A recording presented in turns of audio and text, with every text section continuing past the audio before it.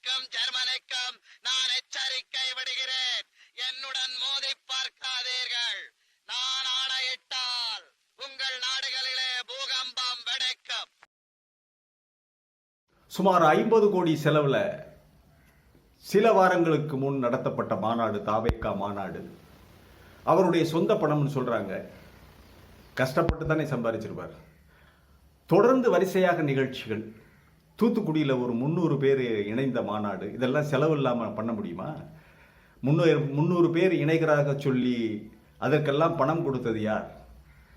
இன்னொரு மாவட்டத்தில் ஒரு இணைப்பு விழா, பிற கட்சிகள்ல இருந்து வந்து இணைகிறதாக மாநாடு நடத்திய கட்சிகள்லாம் சில மாதங்களுக்கு அவர்கள் படத்திலே பண விஷயத்திலே தடுமாறுவார்கள். இதுதான் வரலாறு, தமிழக அரசியல் வரலாறு. ஆனால் தடுமாற்றம் இல்லாமல் பயணிக்கிறது இது யாருடைய பணம்?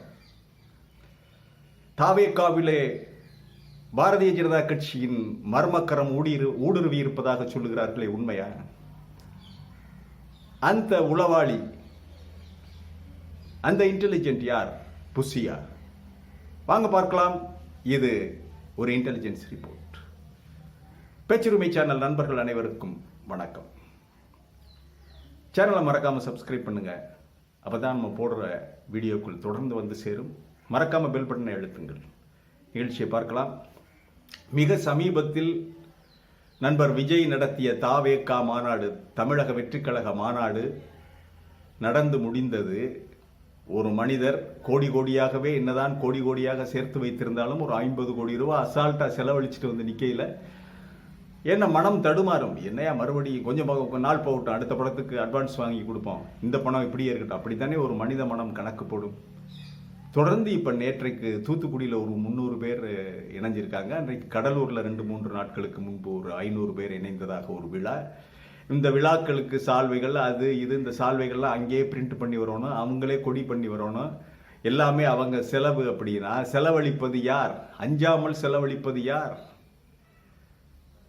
அதாவது இதை ஒரு விஷயம் பார்த்துக்கிறங்க. பழைய காலத்தில் அரசர்கள் தங்களுடைய ரெப்ரசன்டேட்டிவை அனுப்புவாங்க. இப்போ முகல் சாம்ராஜ்யம், முகலாயர்கள், மாமன்னர் அக்பர், அவுரங்கசீப் போன்றவர்கள்லாம் பீகாரையோ வேற ஏதோ ஒரு பிரதேசத்தை வெல்லும் பொழுது அங்கே தங்களுடைய கவர்னர்களை அனுப்புவாங்க, தங்களுடைய பிரதிநிதியை ரெப்ரசன்டேட்டிவ் அனுப்புவாங்க. இவங்களுடைய மேற்பார்வையில் அந்த ஆட்சி நடக்கும். இங்கே நம்ம ஆர்.என். ரவி இருந்துகிட்டு பண்ற இல்லை, இங்கே நமது ஆர்.என். ரவி இருந்து கொண்டு கவர்னர் பண்றாருல, அதே மாதிரி தான் இந்த தமிழக வெற்றிக் கழகத்திலே தன்னுடைய மேலாதிக்கத்தை பாரதிய ஜனதா கட்சி நிறுவி இருக்கிறதா, தன்னுடைய ரெப்ரசன்டேட்டிவாக அனுப்பி இருக்கிறதா அந்த நபரை என்றுதான் பார்க்க வேண்டும். அவருக்கு அரசியலுக்கு அந்த முகத்தை பாருங்க, அதுக்கு அரசியலுக்கு அது சம்பந்தமே இல்லை. தமிழ்நாட்டில் ஒருத்தனை பிடிச்சி ஒரு ரெப்ரசன்டேட்டிவா போட்டா தெரிஞ்சு போயிருந்தீங்க உள்ள.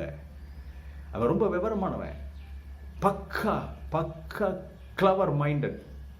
பிஜேபி ரொம்ப விவரமா தமிழ்நாட்டில இருந்து ஒரு ஆளுமையை பிடித்து உள்ள வச்சா, ரெப்ரசன்டேட்டிவ் வச்சா எப்படியும் பொத்து பூரி வெளியே வந்துடும். மீடியாக்கள், பத்திரிகைகள் விட மாட்டாங்க, இதை வெளியே பெருசா தம்பட்டம் போட்டுருவாங்கன்னு. புதுச்சேரி அவங்க மாநிலம் தானே, அவங்க ஆள்ற மாநிலம். அங்கே போய் ஒருத்தரை பிடிச்சிட்டு வந்து இங்கே தன்னுடைய ரெப்ரசன்டேட்டிவா வச்சிருக்காங்க. இப்ப தாவேகாவில் யார் அப்பர் ஹேண்டுனா விஜய் கிடையாது. ஆட்டு வித்தால் யார் ஒருவர் ஆடாதாரே கண்ணாங்கிற மாதிரி அங்கிருந்து ஆட்டு வைக்கிறாங்க. இவர் ஆடுகிறார். மலைக்காமல் செலவு பண்றாருன்னா யாருடைய பணம்? பாரதிய ஜனதா கட்சியுடைய பணம் இல்லாமல் யாருடைய பணம் என்றுதான் நாம் கேட்க தோன்றுகிறது. இதற்கு விளக்கம் அவர்கள் தான் சொல்ல வேண்டும். இவரையெல்லாம் கொண்டு வந்து ஆட்சி அதிகாரத்தில், அதாவது ஆட்சி அதிகாரத்திற்கு ஆசைப்படுகிற ஆள் நபர் மாதிரி தெரியல. ஒரு ரெப்ரசன்டேட்டிவா, ஒரு மோனார்ச்சியா, ஒரு பெரிய கட்சியை கண்ட்ரோல் பண்ற ஒரு பெரிய ஒரு இயக்கத்தை, பல லட்சம் இருக்கிற ரசிகர்கள் இருக்கிற இயக்கத்தை கண்ட்ரோல் பண்றான் பாருங்க, எப்படி பண்ணி வந்திருக்கான் பாருங்க. ஆகவேதான் இந்த கேள்விகளை எல்லாம் நாம் கேட்க தோன்றுகிறது. இந்த ஆள் இன்னும் கூடிய சீக்கிரமே, நீங்க தமிழ் சினிமாவில் ஒரு வில்லன் கேரக்டர், சிரிச்சுக்கிட்டே கழுத்து இருக்கிற வில்லன் கேரக்டருக்கு சரியான ஆளி அந்த புஷி என்ற நபர். எப்படி இந்த மாதிரி செலவுகளை இவர்கள் ஈடுகட்டுகிறார்கள், எப்படி செலவழிக்கிறாங்க, மலைக்காம செலவழிக்கிறாங்கன்னா இதனுடைய ரீசன் இப்படித்தான். ஆக என்ன உங்களுக்குள்ள என்ன ஒப்பந்தம்? எங்கேயோ ஒரு இடத்துல லாக் ஆகியிருக்காரு நடிகர் விஜய், எங்கேயோ ஒரு இடத்துல லாக் ஆகியிருக்கிறார்கள். தூக்கி கொண்டு போய் அப்படியே வச்சு கம்ப்ளீட் டேட்டாவையும் டேபிளில் எடுத்து போட்டு, எவா உனக்கு அரசியல் ஆசை இருக்கு, நீ அரசியலில் வரணும்னு இருக்கிற, சரி ரைட், நாங்கள் ஒத்துக்கிறோம், நீ எந்த செலவும் பண்ண வேணாம், ஏன்னா எங்கள்கிட்ட கொட்டி கிடக்கு பணம், ஜக்கிக்கிட்ட இருந்து வாங்கிக்கிறோம். நாங்கள் எங்கள் பணம் தானே கொடுத்து வச்சுருக்கோம், ஜக்கிக்கிட்ட இருந்து வாங்கிக்கிறோம்.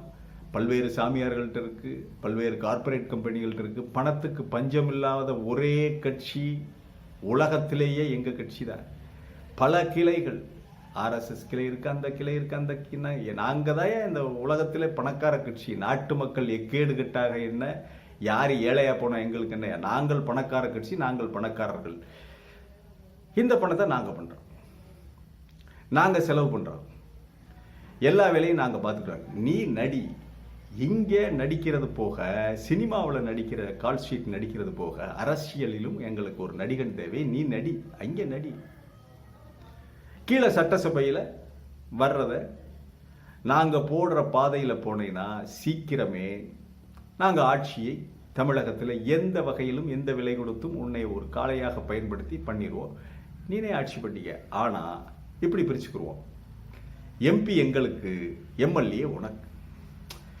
யாரோ ஒரு கழுதையோ குதிரையோ, அங்கே தமிழ்நாட்டில் யாரோ ஒரு கழுதையோ குதிரையோ, அவன் தானே வரணும் எங்களுக்கு, அதை நீ இருந்துட்டு போ என்று பேரம் நடத்தப்பட்டிருக்கலாம். இந்த பேரத்தின் அடிப்படையில் தான் இவர்கள் இங்கே இந்த அரசியல் நடவடிக்கை செய்கிறார்கள் என்று அழுத்தந்திருத்தமாக சொல்லுவதைப் போல்தான், விளக்குவதைப் போல்தான் இந்த கட்சியிலே இணைப்பு விழாக்கள் பல லட்சம் ரூபாய் செலவிலே நடந்து கொண்டிருக்கிறது. நீங்க மற்ற இதர கட்சிகள், இப்ப சீமான் இதுக்கு சரிப்பட்டு வருவாருன்னா சரிப்பட்டு வர மாட்டார். நீங்க 300 பேர் 500 பேர் இணைகிறாங்க, கூட்டம் கூட்டமா வந்து இணைகிறாங்க, அவங்களுக்கெல்லாம் சாப்பாடு, போக்குவரத்து செலவு, இதெல்லாம் சீமான் கொடுப்பாரா? சீமான் கட்சியில எங்கேயாவது என்றைக்காவது ஒரு 500 பேர் இணைஞ்சு பார்த்துறீங்களா? இணைய மாட்டாங்க. போன அண்ணனுக்கு நம்ம பாக்கெட்ல இருந்து அண்ணன் வாங்கிடுவார், எடுத்து கொடுத்துட்டு வந்துடுவோம். அவர் பேசுறதை கேட்டு நம்மளே தெரியாம எடுத்து கொடுத்துட்டு வந்துடுவோம். அப்புறம் நடந்து வரணும் ஊருக்கு, பெட்ரோலுக்கும் காசு இருக்காது, ஒன்றுக்கும் காசு இருக்காது. இந்த 500 பேர் 600 பேர் 300 பேர்லாம் மற்ற கட்சியில இருந்து வந்து சேர மாட்டாங்க. ஆனால் விஜய் கட்சிக்கு வந்து சேர்றானா சாப்பாட்டுக்கு கேரண்டி, போக்குவரத்து செலவுக்கு கேரண்டி, அவருக்கு அவர் பணம், அண்ணன் பணத்தை பிடுங்கிட்டு விட்டுருவாரு, நாதாக்கா சீமான் அண்ணன், இவர் வாரி வழங்குவார், பணம் அவர் விட்டு இல்லையே. இப்படி இந்த புறக்கடை வழியாக ஒரு மர்மக்கரம் இயக்குகிறது. அந்த கரத்துக்கு சொந்தக்காரர்கள் பாரதிய ஜனதா கட்சியாகத்தான் இருக்கலாம் என்பது நம்முடைய ஒரு கணிப்பு. அந்த கரம் இயக்குகிறது. செலவுகளை பற்றி அவர்களுக்கு கவலையே இல்லை. அதனால் தான் 300 பேர் 500 பேர் இணைகிற விழாவை நடத்துகிறார்கள். ஆனால் ஒரு விஷயம், ஒரு அரசியல் கட்சி என்பது, சீமான் வந்து பேசி வாங்குறாருல, எனக்கு பணம் கொடுங்க கட்சி நடத்துறது, அதுதான் சரி. தமிழகம் மட்டுமல்ல, உலகின் அரசியல் வரலாறே மக்கள் கொடுத்து வளர்வதுதான் அரசியல் கட்சி. மக்களுக்கு அரசியல் கட்சி கொடுப்பதாக எந்த வரலாறும் இல்லை, அது தோற்று போகும்.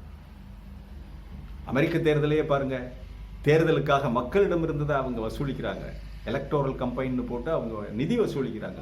பல்வேறு $1, $10, $100, $500, $1000, $10,000 அவங்க வசூல் பண்றாங்க. வசூல் பண்ணி அந்த தேர்தல் செலவை சரி கட்டுறாங்களே ஒழிய, ஓட்டு போட வாங்க, கூட்டங்காட்ட வாங்கன்னு சொல்லி கட்சி அங்கே பணம் கொடுப்பதில்லை. அதே ஃபார்முலாவில் தான் திமுக வந்தது, அதே ஃபார்முலாவில் தான் காங்கிரஸ் வந்தது, கம்யூனிஸ்டுகள் வந்தார்கள்.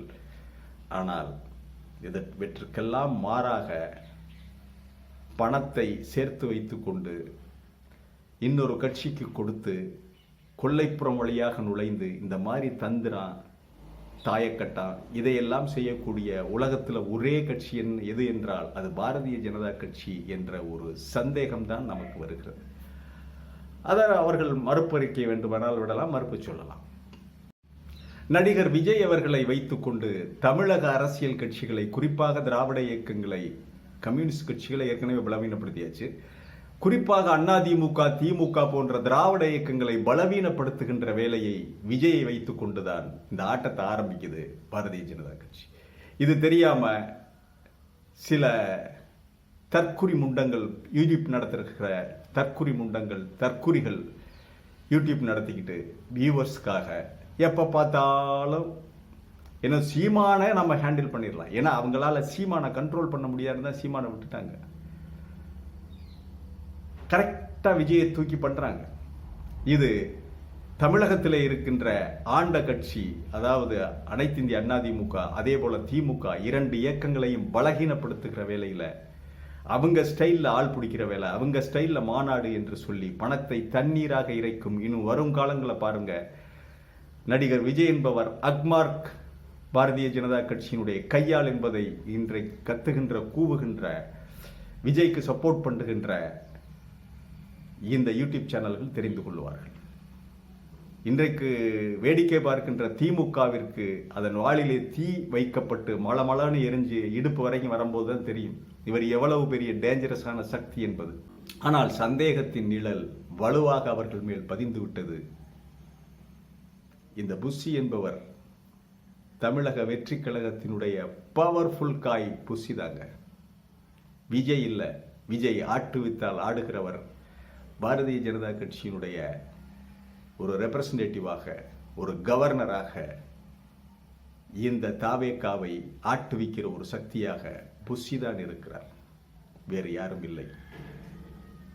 இதற்கெல்லாம் பதில் சொல்ல வேண்டியவர் விஜய். பாலச்சந்தர் படத்துல அபூர்வ ராகங்கள்ல கடைசியா இந்த பாடலோட அந்த படம் வரும். படம் முடியும். அருமையான கிளைமேக்ஸ். கேள்வியின் நாயகனே, இந்த கேள்விக்கெல்லாம் பதில் எதையா? மீண்டும் ஒரு காணொளியிலே சந்திக்கிறேன். இது வாய்ஸ் ஆஃப் தமிழ் வழங்கும் பேச்சுரிமை சேனலை சப்ஸ்கிரைப் பண்ணுங்க, மறக்காம பெல் பட்டன் எழுதுங்க, கமெண்ட் செய்யுங்கள், ஷேர் செய்யுங்கள், பிடித்திருந்தால் லைக் செய்யுங்கள். நன்றி, வணக்கம்.